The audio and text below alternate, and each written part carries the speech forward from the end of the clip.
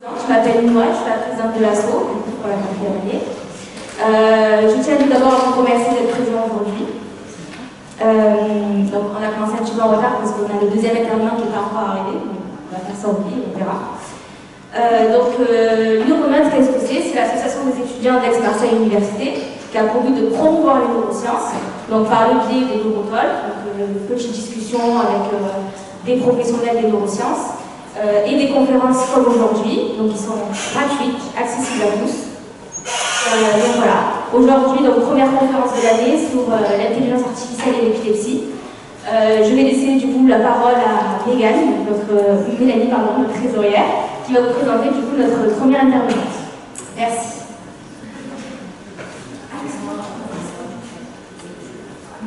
Donc c'est Marie qui va vous présenter la première intervenante. Alors, la première intervenante, c'est la docteure Joly, qui commence ses études de médecine, donc elle a été diplômée de médecine en Russie, qui a continué par un doctorat en Allemagne, un doctorat de neurosciences. Elle s'est spécialisée ensuite en neurologie, et c'est à ce moment-là qu'elle est venue en France, à Strasbourg. Pendant son internat et post-internat, elle s'est toujours intéressée à l'épileptologie. Et aujourd'hui, elle est neurologue au département d'épileptologie à la Timone. Elle est chercheuse à l'Institut des neurosciences des systèmes et au Centre de résonance magnétique, biologique et médicale. Son activité principale, c'est l'évaluation préchirurgicale des patients atteints d'épilepsie résistante aux médicaments. Elle a une certaine expertise en enregistrement stéréo EEG et analyse du signal. Elle est co-autrice également de l'Atlas du patient épileptique virtuel, co-coordinatrice de la recherche hospitalo-universitaire Epinov. Et en recherche, ce sera l'application clinique des modèles personnalisés du cerveau épileptique virtuel dans le diagnostic préchirurgical et les interventions thérapeutiques dans l'épilepsie. Je lui laisse la parole pour commencer.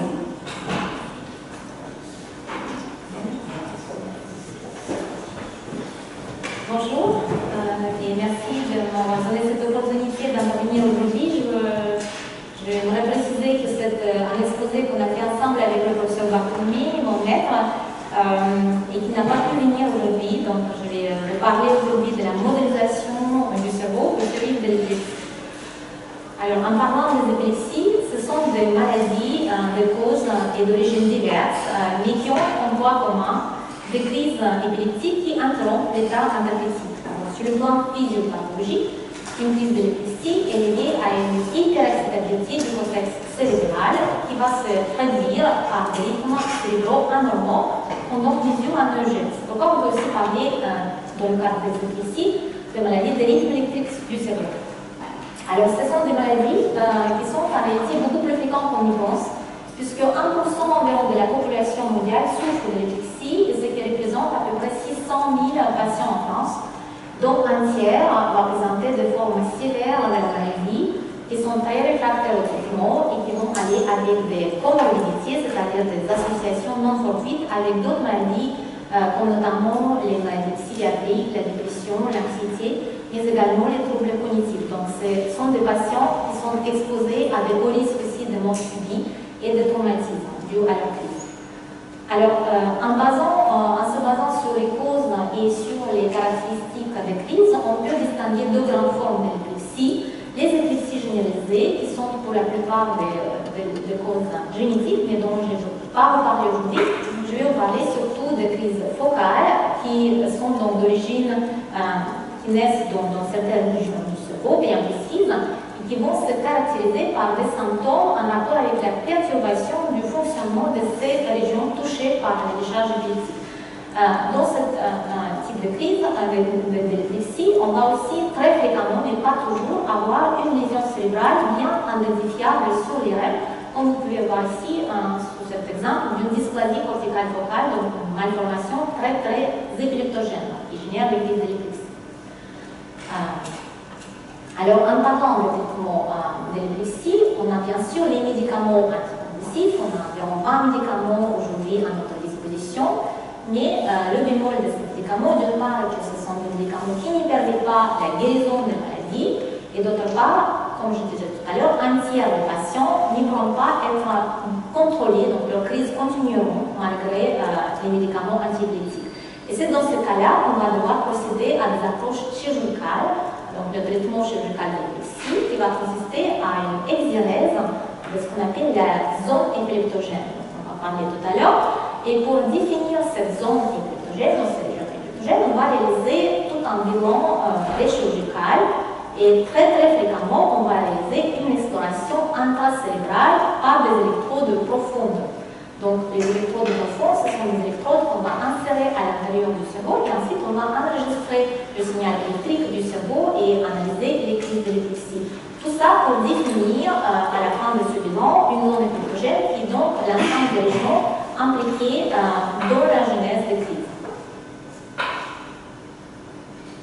Alors, il y a une dynamique bien précise d'une crise focale qu'on peut voir en stéréologie. C'est notamment la zone épileptogène qui est représentée pour la plupart du temps par un certain nombre de régions qui vont démarrer une décharge épileptique, donc une activité très rapide, de rythme électrique rapide et rythmique, ensemble dans une partie du cerveau. Et ensuite, l'activité épileptique va se propager, donc va impliquer un nombre de structures plus large, donc un réseau anatomique fonctionnel plus large qu'on appelle la zone de propagation. Donc, on distingue bien la zone épileptogène et la zone de propagation.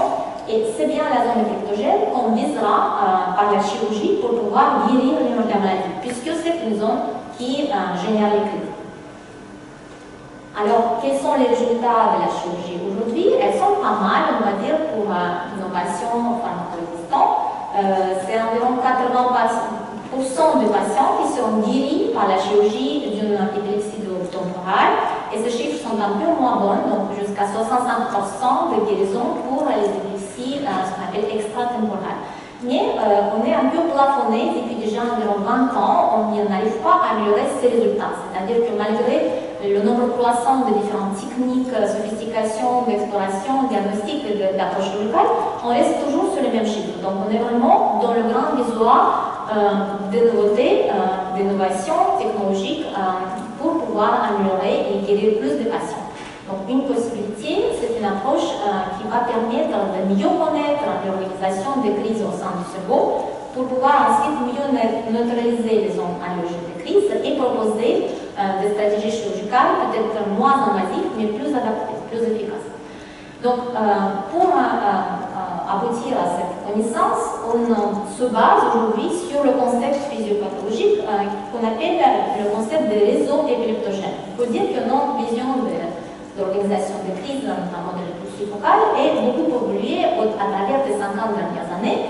Et on est parti d'une vision d'un foyer épileptogène, donc une vision très focalisée, très limitée au sein du cerveau, vers ce concept des réseaux épileptogènes qui présume qu'en vérité, nous avons un certain nombre de régions qui sont bien excitables et qui sont très interconnectées entre elles, qui vont donc générer la crise, qui vont commencer la décharge critique, et ensuite ils vont allumer, ils vont impliquer d'autres régions de cerveau, qui s'appelle le réseau de propagation. Donc, et c'est bien la tâche de la chirurgie, c'est bien de distinguer et bien caractériser ce réseau de la zone épileptogène. Alors, comment peut-on le faire?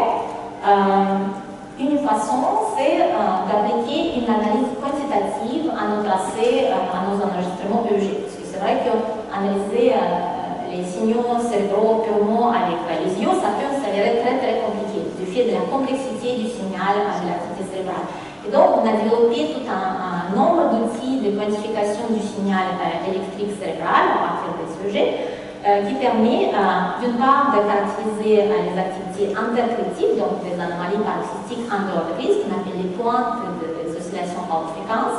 On peut aujourd'hui les quantifier automatiquement et ensuite les représenter, comme c'est montré sur cet exemple, sur le mesh 3D du cerveau du patient, précisément les endroits impliqués par ces anomalies, mais surtout on peut quantifier les crises enregistrées en SEG à l'aide notamment de l'index d'épileptogénicité. C'est l'outil le plus connu et qui a été développé par le professeur Barthomé et le docteur Fabrice Ramblin. Donc c'est les chercheurs qui ont développé cet outil aujourd'hui très performant et aujourd'hui utilisé en Russie, notamment à Marseille, mais aussi dans certains d'autres centres en France et à l'étranger.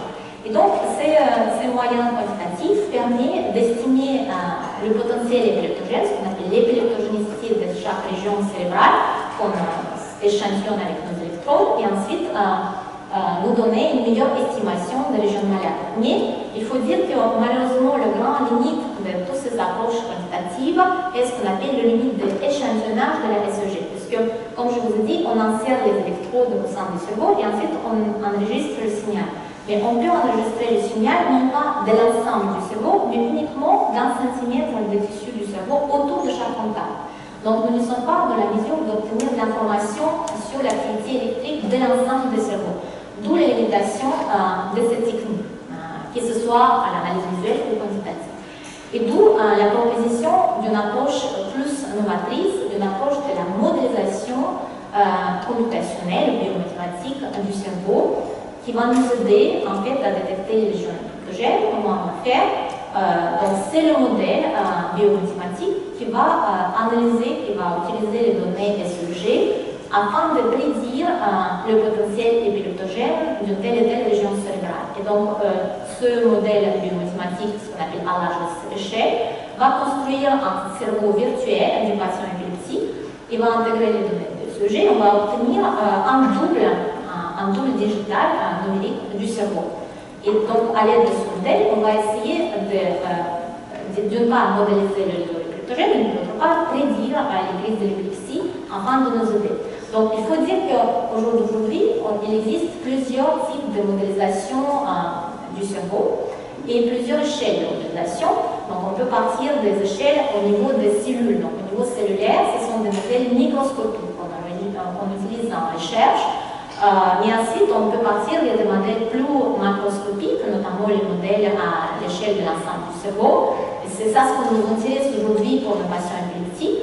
Mais pour pouvoir construire ce modèle de l'ensemble du cerveau, donc ce qu'on appelle le modèle macroscopique, on va devoir passer par une étape intermédiaire. Donc on va devoir utiliser un modèle, ce qu'on appelle mésoscopique, de masse neurale physiologique. Donc c'est un modèle qui va mimer le comportement d'une population de neurones, de cellules pyramidales et des interneurones, et qui va donner, dans le cadre des modèles inspirés par la physiologie, un signal synthétisé donc, par l'ordinateur qui va mimer le signal de la SEG réelle, d'une part, et d'autre part, il y a un autre type de modèle qui est plus abstrait et dont les oscillations du signal vont être purement produites par des formules, un algorithme biophysique et non pas inspiré par la physiologie.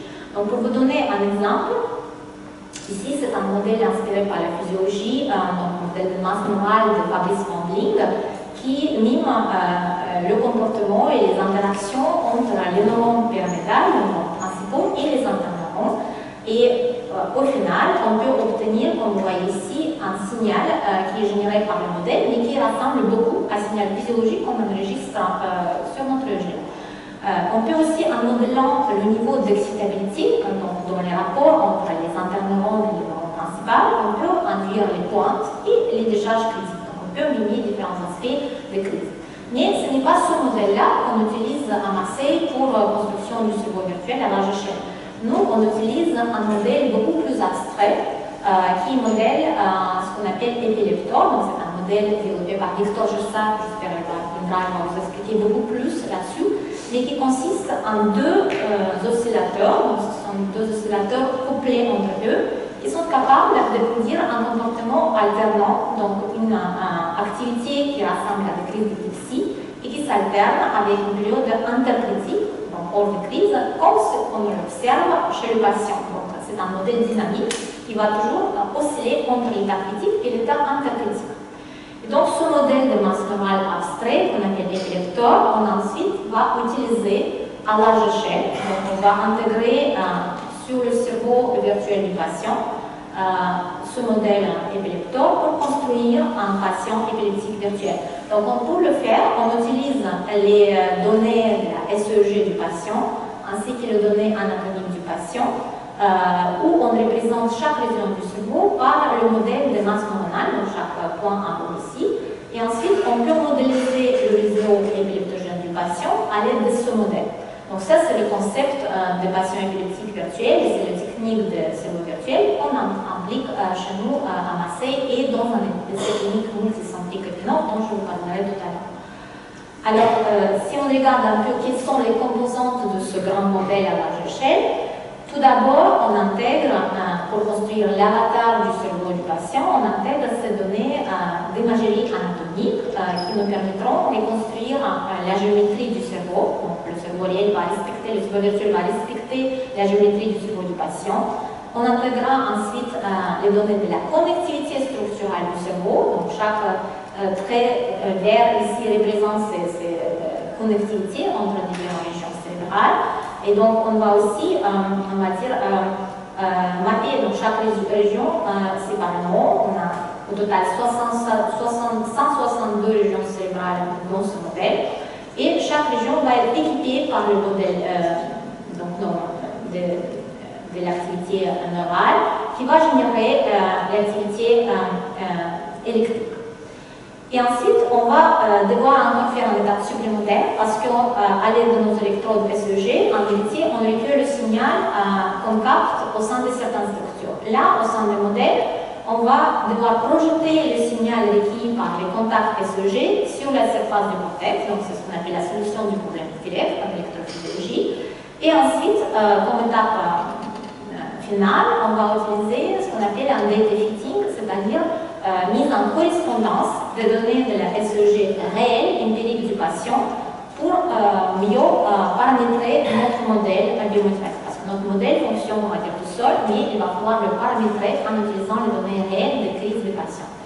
Et donc, au final, depuis quelques années, on a développé un pipeline entier qui permet de partir des données SEG du patient, de son imagerie structurale et anatomique, et aboutir à ce qu'on appelle rapport clinique du patient épileptique virtuel, qui nous montre les régions épileptogènes selon ce modèle, et les régions anatomiques épileptogènes apparaissent dans l'ordre de décroissance selon la probabilité qu'une telle et telle région cérébrale sera donc capable de générer l'épilepsie, sera donc la zone épileptogène. Et nous avons évolué sur les performances de ce modèle, de ce premier prototype, sur une cohorte de 53 patients rétrospectifs, et on a bien utilisé pour comparer les données de quantification du signal à l'état actuel, qu'on utilise notamment l'index d'épileptogénicité. Et vous voyez qu'il y a quand même une concordance, on a une performance, une précision d'environ 64% des patients épileptiques virtuels par rapport à notre référence entre le standard actuel. Mais on a aussi un manque, on va dire, de sensibilité, mais en vérité, ce n'est pas le manque de sensibilité, c'est juste la discordance entre les prédictions des modèles et nos méthodes de quantification classiques, puisque ce ne sont pas les mêmes informations qu'on utilise dans chaque modalité. Donc, très probablement, ce sont deux approches qui sont très complémentaires. Et donc, maintenant, ce pipeline, cette approche de patient épileptique virtuel, on évolue dans une étude beaucoup plus large, multicentrique, qui implique 11 centres d'épileptologie en France, et on estime l'apport, la plus-value de ce modèle BEP en comparant deux groupes de patients, un groupe dans lequel le clinicien a le rapport clinique à sa disposition pour pouvoir décider sur la chirurgie du patient, et un groupe contrôle dans lequel le clinicien procède comme d'habitude, il n'a pas de connaissance des résultats du modèle. Donc on essaie comme ça de démontrer à la fin de l'étude le plus-value de l'approche de modélisation concrètement pour améliorer les résultats de chirurgie chez nos patients. Mais pour l'instant, bien sûr, je ne peux pas vous avouer plus, parce que c'est encore une étude en cours. Moi, j'aimerais bien vous présenter un cas clinique qui illustre ce qu'on fait, et comme ça, c'est un cas aussi qui fait partie de cette cohorte de patients de l'étude. Donc, c'est un jeune homme, Arthur, qui a 16 ans au moment de l'exploration, et qui présente une épilepsie qui est débutée à l'âge de 7 ans, qui va avec des crises très fréquentes, donc il a des crises plusieurs fois par semaine, et qui sont assez sévères, puisqu'il implique, comme vous voyez ici sur ce symptôme, les modifications motrices du corps, donc il peut tomber, il peut avoir aussi des crises sévères, ce qu'on appelle tonico-clonidogénisée. Donc c'est une épilepsie qui est effectivement sévère et qui est réfractaire à plusieurs médicaments anticonvulsifs. Alors si on regarde ces données EEG écrites en surface, donc ce ne sont pas les ECG mais EEG classiques, on voit qu'il y a des anomalies, ce qu'on appelle antacritiques, donc les pointes, les anomalies paroxystiques, au sein de la région frontocentrale. centrale, donc au sein de régions de l'hémisphère gauche, qui sont précises, mais pas suffisamment précises pour pouvoir proposer la chirurgie. Surtout lorsqu'on voit une crise, vous voyez qu'il y a beaucoup d'artefacts parce qu'il y a des mouvements, il y a des symptômes moteurs. Donc, à la base de ces données, on ne peut pas d'emblée proposer à ce patient une chirurgie parce qu'on n'y connaît pas précisément sa zone épileptogène. Alors, on essaie bien sûr de voir avec une imagerie linéaire cérébrale qui est ici très performante parce qu'on utilise une IRM, ce qu'on appelle à ultra haut champ. Donc, c'est une IRM de puissance 7 Tesla, c'est la plus puissante en clinique aujourd'hui. Et malgré cette bonne IRM, on n'a pas de connaissance supplémentaire quant à la présence ou non d'une lésion épileptogène éventuellement au sein de son cerveau. On n'est pas aidé par l'imagerie. Et ensuite, on va réaliser une exploration SEG. Comme vous voyez ici, c'est la représentation de positions réelles des électrodes après qu'on les a implantées au cerveau. On voit les différents électrodes sous les coupes sagittales du cerveau du patient et aussi sur sa mèche en 3 dimensions. Et j'attire votre attention particulièrement sur ces 2 électrodes, océtrine et iovétrine, qui échantillonnent les régions de l'opercule et de l'insula gauche au sein du cerveau, qui sont les régions qu'on présume pour être sa zone épileptogène à la base de données qu'on a écrite avant la SEG. Donc on a construit notre hypothèse avant. Et en effet, ce qu'on voit sur sa crise enregistrée en CEG, c'est qu'on a cette dynamique de la crise dont je vous ai parlé au début. On peut bien distinguer, vous voyez ici, cette modification très rythmique, cette pointe très rythmique d'initiation de la crise qui implique le nombre très limité des électrodes. Donc là, c'est un extrait qui ne montre pas toutes les électrodes, mais il y avait au moins 200 contacts au sein de son cerveau. Et là, on voit que sur les contacts des électrodes océtrine et iovétrine, qui échantillonnent donc l'insula postérieure et le percule pariétal central du patient, de l'hémisphère gauche, on voit cette activité rythmique qui va ensuite se changer vers une décharge très très rapide sur les mêmes structures. Mais cette décharge rapide va impliquer une autre région qui est une région connectée avec la région de l'insula, c'est une région motrice de la main du patient. D'où l'explication pour ces symptômes, comme je vous disais, il y a des symptômes moteurs, etc. Donc le réseau de la zone épileptogène est pareil comme ça, très très étendu, parce que plusieurs régions sont impliquées. Et ensuite, vous voyez, il y a une 3e partie ici, c'est ce qu'on appelle le réseau de propagation, où on voit beaucoup plus de régions impliquées dans une décharge beaucoup plus longue et beaucoup plus rythmique qui va finalement finir par s'arrêter. Donc ça, c'était l'analyse visuelle de la crise. Maintenant, j'utilise la mesure quantitative de la crise qu'on applique aujourd'hui. Là, ici, je vous montre non pas l'épileptogénicité index, mais connectivité épileptogénicité index. Comparativement à l'index classique, cette mesure va impliquer en plus de mesures d'épileptogénicité classique, la mesure de la connectivité fonctionnelle entre les différentes régions du cerveau et nous apporter ainsi plus d'informations, notamment vis-à-vis des régions qui sont impliquées de manière très synchrone, donc qui sont très interconnectées, mais dont la décharge est plus lente au début.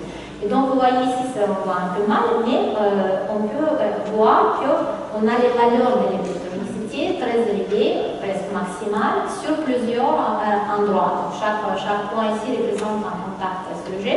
Et donc, c'est plusieurs endroits qui sont très très épileptogènes. On peut le représenter pour que ça soit plus clair comme ça sur le mèche 3D du patient. Et vous voyez ici qu'on confirme notre hypothèse en base initiale que les plus épileptogènes sont finalement les régions de l'insula postérieure, de l'opercule pariétal central, mais aussi, c'est ce qu'on n'a pas pensé initialement, la région motrice de la main et la région sensitive.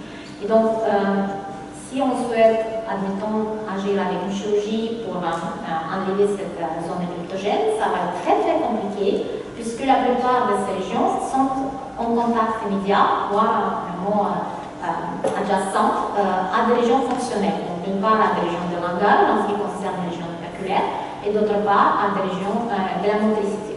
Donc, proposer une chirurgie va être très très risqué.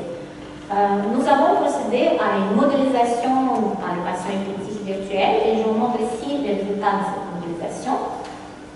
Et vous voyez ici sur les coupes des cerveaux du patient sont représentées en rouge les régions que le modèle considère comme épileptogènes, c'est-à-dire capables de générer les crises tout seul. Et ici c'est noté en anglais, mais globalement ce sont des régions presque les mêmes qu'on a ici et nous, donc c'est très très concordant la prédiction du modèle qui était indépendant de notre modélisation et de quantification, bien sûr, mais qui nous prédit que dans ce cas-là, la zone cryptogène implique la région pariétale oculaire, l'articulation postérieure et la région postcentrale. Et nous précise exactement où se situer au sein du cerveau. Donc, vous voyez, c'est très utile, par exemple, pour ensuite modifier la chirurgie. Mais, comme je vous disais tout à l'heure, c'est très compliqué avec ce patient puisqu'on ne pourra certainement pas enlever toutes les régions cryptogènes car on est à proximité notamment de la région motrice. Alors, une possibilité, une solution pour essayer d'abord simuler les résultats de chirurgie, c'est d'utiliser ce qu'on appelle une chirurgie virtuelle. Donc, la modélisation par le patient virtuel nous permet non seulement de prédire les régions cryptogènes, mais aussi de réaliser les prédictions concrètement concernant les résultats de la chirurgie qui va viser telle et telle région cryptogène. Là, je vous montre les publications de l'équipe de Dr. Jossa qui montre que si on agit chirurgicalement au sein du cerveau virtuel sur les régions les mieux cryptogènes qui étaient prédites par le modèle, ou bien sur les néons qui ne sont pas peut-être la zone cryptogène, mais qui sont très importants pour la propagation de la décharge, on peut arrêter les crises, et ce sont des crises qui étaient simulées par le modèle. Donc ce sont des crises, non pas des patients, mais les crises simulées au sein du modèle en utilisant les données initiales du patient. Et donc, par le même principe, chez nos patients, on a essayé de réaliser cette chirurgie virtuelle en demandant au modèle de nous prédire les résultats de la chirurgie qui enlèverait uniquement les régions que le chirurgien, que le médecin considère comme cryptogènes, c'est-à-dire l'insulaire postérieur, le préfet pariétal et la région post-centrale, sans toucher à d'autres régions. Et vous voyez ici qu'on a la crise simulée au sein du modèle, donc la crise artificielle, on va dire, mais qui vient des données du patient. Et ensuite, on applique la chirurgie virtuelle et on réanalyse. Et vous voyez qu'il n'y a plus de décharge épileptique. On utilise différents paramètres de connectivité pour voir est-ce qu'on a l'impact fonctionnel qui va changer notre outcome, changer notre résultat chirurgical, mais finalement, ce résultat est très robuste. Donc, avec ce type de chirurgie, on va dire on a une bonne prédiction pour guérir le patient, pour stopper ces crises. Alors, ce qui s'est passé, maintenant je vous donne la solution parce que ce qui s'est passé réellement avec ce patient, c'est qu'on a réalisé un geste mini-invasif qu'on appelle thermocoagulation. Donc, ce n'est pas un geste chirurgical classique, c'est un geste qu'on utilise à la fin de la SEG via les contacts des électrodes SEG qui sont ensemble des cerveaux. On applique un signal électrique à très haute fréquence, radiofréquence, qui fait réchauffement local du tissu. Et donc, il fait thermocoaguler, il fait une mini-lésion, une mini-thermolésion, précisément autour des contacts sur lesquels on a appliqué cette radiofréquence. Donc, vous voyez ici cette petite lésion de thermocoagulation qui était réalisée exactement dans les contacts au sein de la zone cryptogène. Et finalement, notre patient est resté libre de crise pendant un an, ce qui est déjà beaucoup comparativement à la situation avant où il avait des crises plusieurs fois par semaine. Après, il a fini par avoir quelques crises, donc il a échappé, mais c'était attendu que ce geste invasif. Mais globalement, on peut dire qu'ici, on confirme à la fois notre interprétation par la quantification, mais aussi surtout la prédiction du modèle et la prédiction de la chirurgie virtuelle, dans ce cas, qui était juste. Donc, c'est très encourageant ensuite, bien sûr, de pouvoir proposer cette approche de chirurgie virtuelle à un nombre plus important du patient, ce qui est notre projet futur. Et donc, pour conclure, on peut dire qu'aujourd'hui, la modélisation des activités épileptiques peut, de manière fiable, reproduire, expliquer et prédire la phénoménologie des crises et des activités antapétiques. Et on a bien sûr différents modèles, différents niveaux de modélisation possibles, micro, méso et macroscopiques, en sachant que nous, on utilise surtout les modèles à large échelle, donc macroscopiques pour nos patients. Et les développements actuels sont centrés surtout sur le modèle macroscopique à l'échelle individuelle du patient pour mieux planifier la chirurgie, mais aussi pour pouvoir les simuler.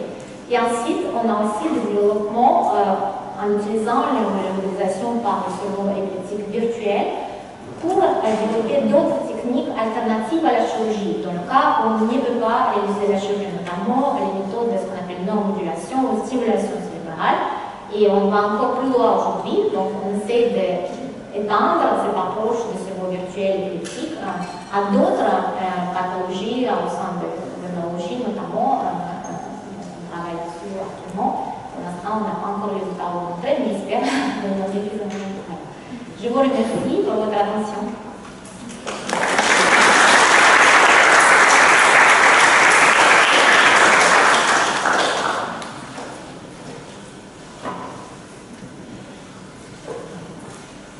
Donc maintenant, on va passer aux questions. Si vous avez des questions, Emma va passer avec le micro.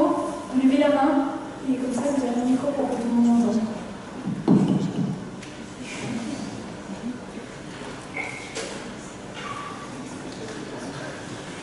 Personne n'a de questions?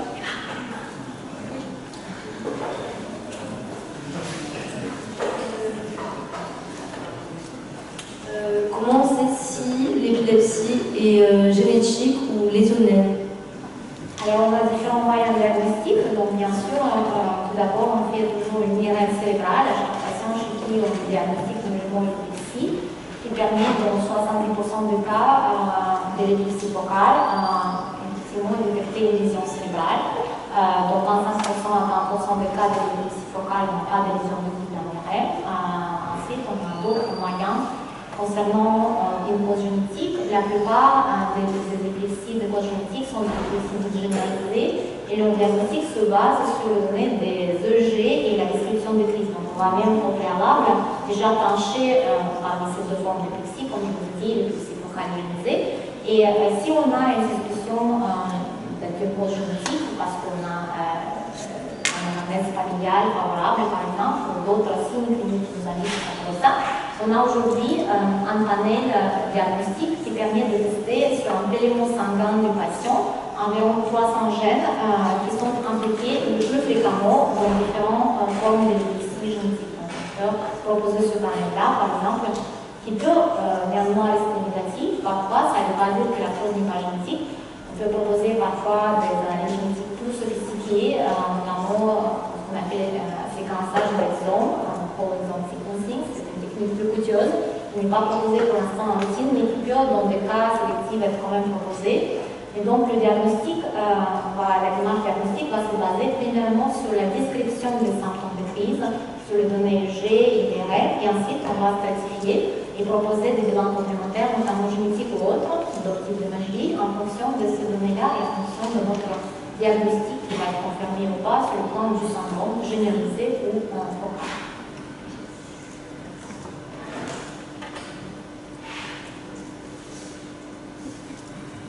Est-ce qu'il y a d'autres questions?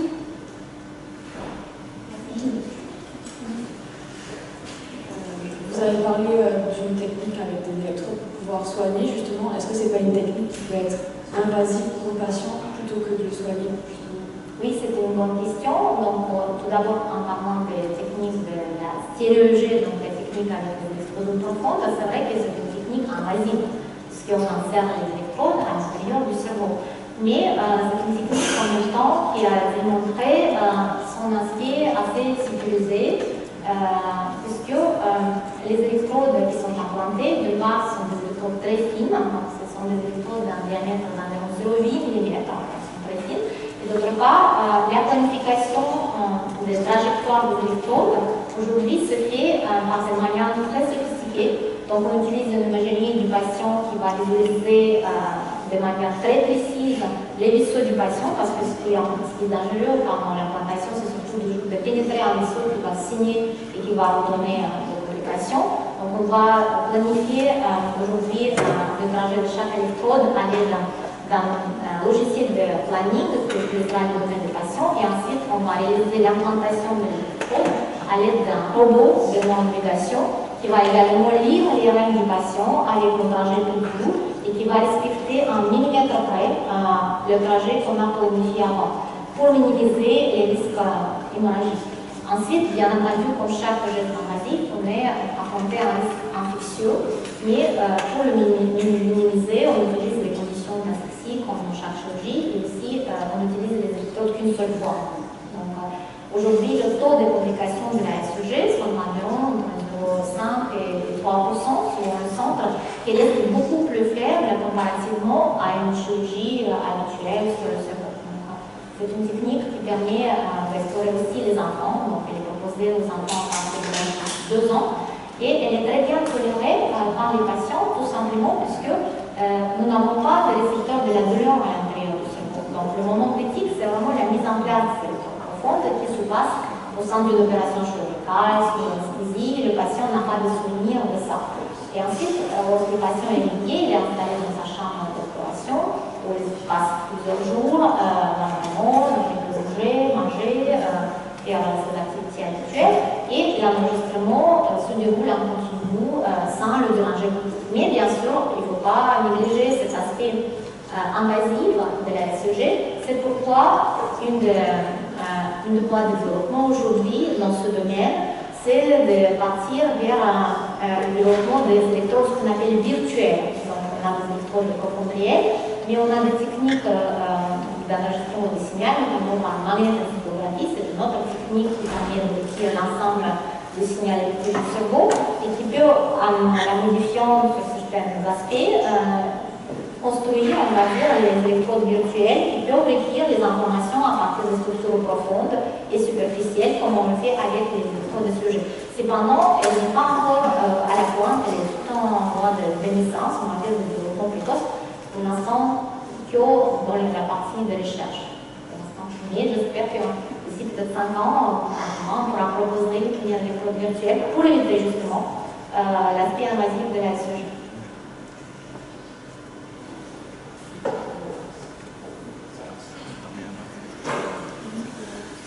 Du coup, est-ce que la SEG c'est la même technique qu'on utilise pour la maladie de Parkinson ou le principe est quand même différent?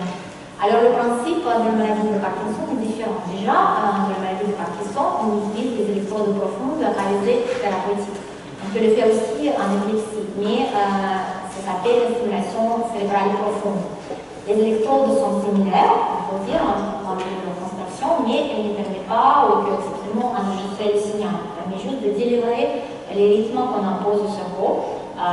Et pour la maladie de Parkinson, bien sûr, les cibles qu'on va cibler avec les électrodes profondes sont différentes de ce qu'on échantillonne dans l'épilepsie. Ce sont surtout des cibles sous-corticales qui sont impliquées dans l'évaluation motrice. Comparativement à l'épilepsie, on n'utilise pas aussi les cibles profondes, notamment le cible du thalamus inférieur ou du NAM, donc certains spasmes, mais qui sont pour l'objectif de moduler les réseaux cortico-sous-corticales dédiés à l'épilepsie. J'ai une autre question aussi. Concernant le facteur génétique, est-ce qu'il peut aussi être guéri comme l'épilepsie que vous avez présenté, et si oui, par quelle technique? Est-ce que c'est une technique qui est similaire ou c'est pas la même chose? Bonne question aussi. Alors, il faut dire tout d'abord que certaines épilepsies de cause génétique peuvent aussi donner, les causes génétiques peuvent donner aussi de malformations corticales. C'est notamment le cas de certaines dysplasies corticales focales ou de l'autonomie, qui m'a dit sévère, et dans lesquelles, malgré la présence d'une mutation génétique, d'une cause génétique sous-jacente, on peut proposer un geste chirurgical si notre zone d'estrogène reste focale, reste bien identifiable. Dans d'autres cas, lorsqu'on est face à une épilepsie, on va dire généralisée, donc qui est de cause génétique, c'est vrai que l'approche de la chirurgie, dans le sens pratique de terme, ne sera pas possible. Et on n'a pour l'instant pas de développement vraiment de traitement visant les gènes. Mais je sais que, ce n'est pas mon domaine de compétence, mais je sais que les traitements génétiques sont aussi en train de se tester. Notamment, ce qu'on a aujourd'hui, ce n'est pas le traitement qui vise les gènes, mais qui vise les voies de régulation gérées par les gènes.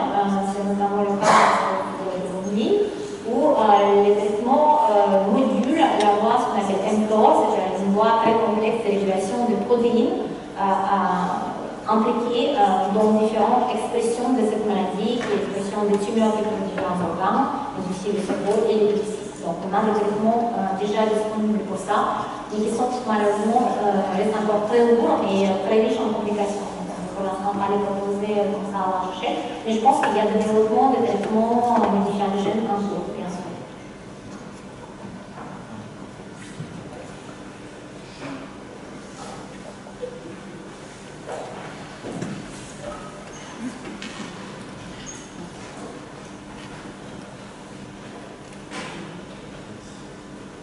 De nos jours, c'est quel obstacle qui nous permet qui ne permet pas de soigner l'épilepsie?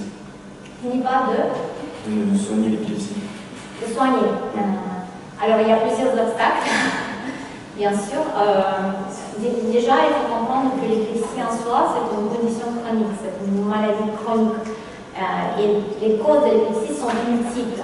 Donc, comme je vous disais, un certain nombre de causes, qui, notamment les lésions cérébrales, bien identifiables, et qui nous permettent d'identifier les jeunes malades, on peut les guérir, cette épilepsie, par les moyens chirurgicaux.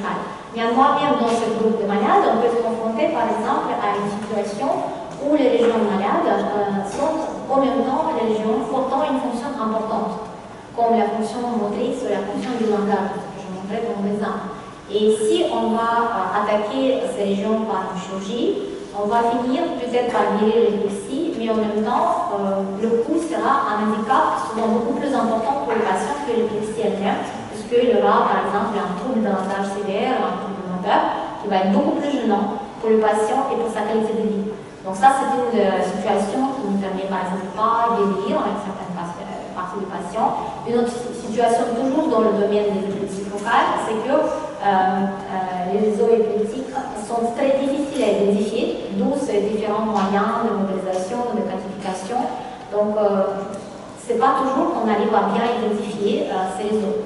Et on a des cas bien sûr non résolus. Ensuite, on a tout un autre groupe de maladies épileptiques qui sont des maladies généralisées, donc des syndromes d'épilepsie généralisée, souvent aussi ce qu'on appelle l'épilepsie progressive ou encéphalopathie épileptique. Et là, la situation est complètement différente parce que même l'épilepsie peut, dans certains cas, être un symptôme de la maladie neurologique plus globale et qui va être chronique, sévère et qui va nécessiter plusieurs différents traitements. Donc, on n'a pas, on va dire, une seule solution. Pour le patient, il va être toujours individuel et la situation, on va dire la chance de guérison va être individuelle selon chaque patient. Néanmoins, ce qui est important, c'est d'apprendre à vivre avec l'épilepsie, souvent, quelle que soit la situation, ce qu'on appelle la résilience.